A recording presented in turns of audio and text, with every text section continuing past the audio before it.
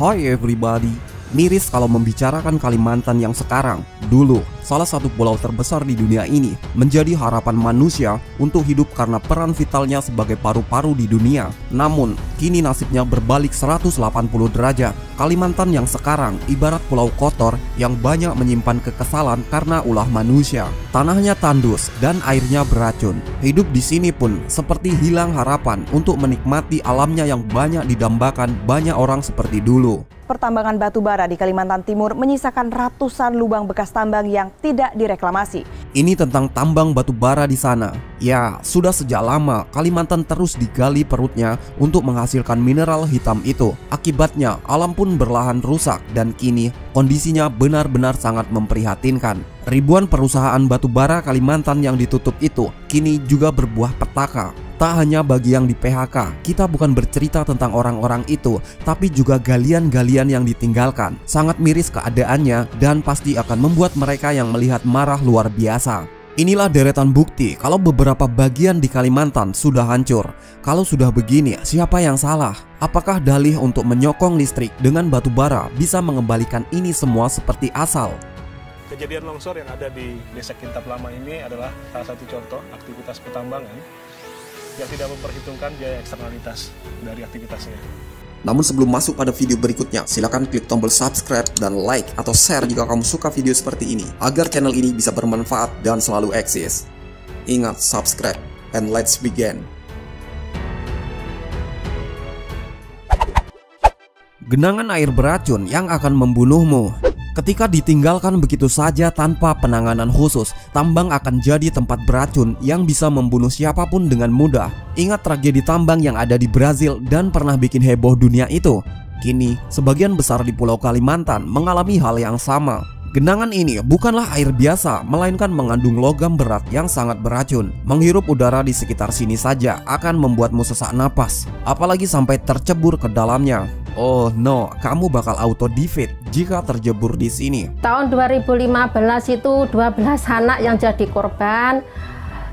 Tahun 2015 saya sudah minta.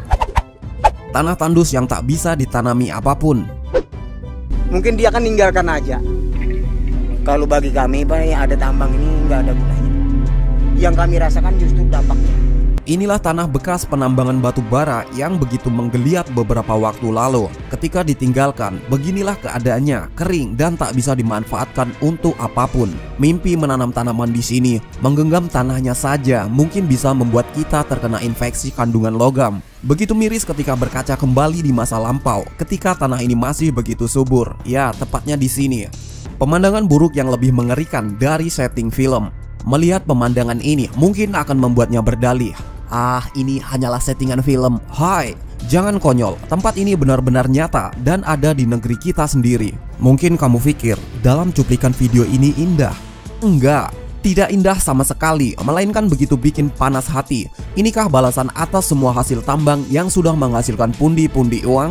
Sungguh apa yang ada di sini akan jadi bukti keserakahan manusia yang hanya memikirkan dirinya sendiri. Kalau menurut saya, Pak, kejadian ini bukan bencana alam, Pak. Ini kejadian penambangan, Pak. Penambangan yang dilakukan oleh... Ada ratusan genangan beracun seperti ini.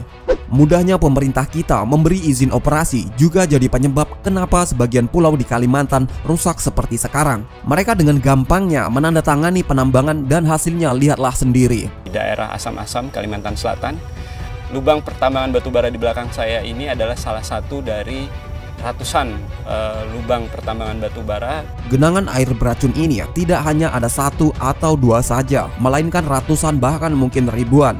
Kalimantan benar-benar sudah rusak sekarang. Tidak ada harapan untuk tinggal di sekitaran tanah ini. Teruskan saja beri izin-izin para kontraktor tambang, dan Kalimantan akan jadi pulau dengan genangan-genangan beracun paling banyak di dunia. Miris. Di ibu kota Samarinda, tak kurang dari 32 sekolah sering dilanda banjir. 4 diantaranya bahkan terpaksa dipindah karena tergusur atau terkena dampak tambang.